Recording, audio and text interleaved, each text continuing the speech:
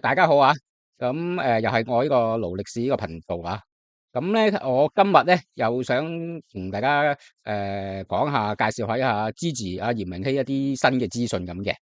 咁咧，今日我想講嘅咧就係關於咧Gigi 咧，究竟佢個商業價值有幾高咧？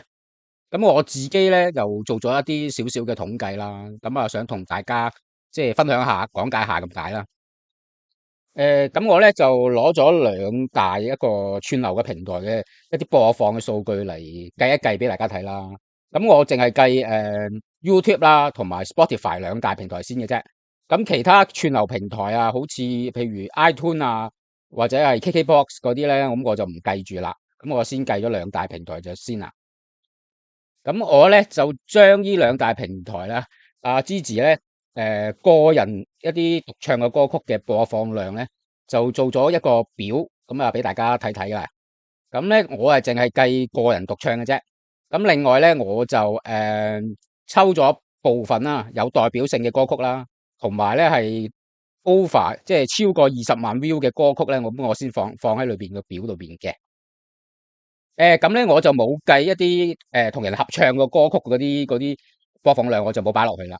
咁點解咧？因為咧可能即係因為有啲人會質疑其他歌手可能會合唱歌啊，咁會幫咗個 view 數啊，咁可能就唔係咁準確啦。咁所以咧我就冇 count 落去啦。咁所以咧，就算係其他任何嘅歌手咧，咁我自己都係唔會放嗰啲合唱歌曲嗰啲數字咧落去計埋嘅。咁我自己即係合唱歌，我全部通通都唔會計噶啦。咁我最後計咗出嚟咧，咁就 YouTube 咧就有33首歌啦，咁Spotify 咧就有21首咁樣嘅。咁我咧就唔逐首歌咁逐個名咁講出嚟啦，讀出嚟啦。咁大家咧就詳細咧，你可以睇一睇以下呢個表啦，睇下以下啲歌啦。咁又可以 check 下其實有冇 mark 錯啦，我準唔準啦？因為有機會我係mark 錯都唔出奇嘅。咁但係咧，我係只係攞咗個即係一啲齊頭嘅 view 數咁樣放落去嘅啫。咁我就唔攞到咁準成啦，一個約數嚟啦嚇，一個齊頭嘅約數嚟嘅啫。咁理論上咧，我應該就只係計少啦，可能就冇計多噶啦，應該就好啦。咁總結出嚟，咁個數據咁又點咧？咁首先咧就 YouTube 嗰個總播放量咧係超過呢個8400萬嘅 view 數嘅。咁而 Spotify 咧就超過呢個2400萬呢個播放量啦。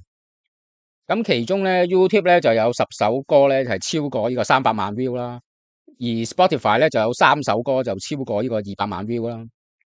咁所以咧呢兩大平台加埋咧嗰個總播放量咧已經係過億噶啦吓。咁而且仲係只係計個人獨唱嘅歌曲咋吓。咁如果加埋合唱歌就更加唔止啦，應該就。咁好啦，咁講完以上一啲數據啦，咁又點樣表達到嗰個商業價值咧？咁不如我就即係現實少少啦，咁即係將佢轉翻成錢咁樣啦，或者係個收益究竟又有幾多咧？咁樣咁咧，因為咧係人都知道噶啦，兩大嗰個平台個播放量咧係有錢收翻噶嘛。咁咧我就用咗呢個 AI 嘅工具咧，咁粗略去估算一下啦。咁但係呢個只係個約數嚟㗎咋吓。咁因為咧可以有其他因素咧影響多或者少嘅，即係例如一啲廣告多唔多之類啊。咁YouTube 嗰個超過8000萬嗰個播放量咧，大概就約莫有300萬嗰個收益啦。而 Spotify 嘅話咧，就大概有100萬到呢個收益嘅。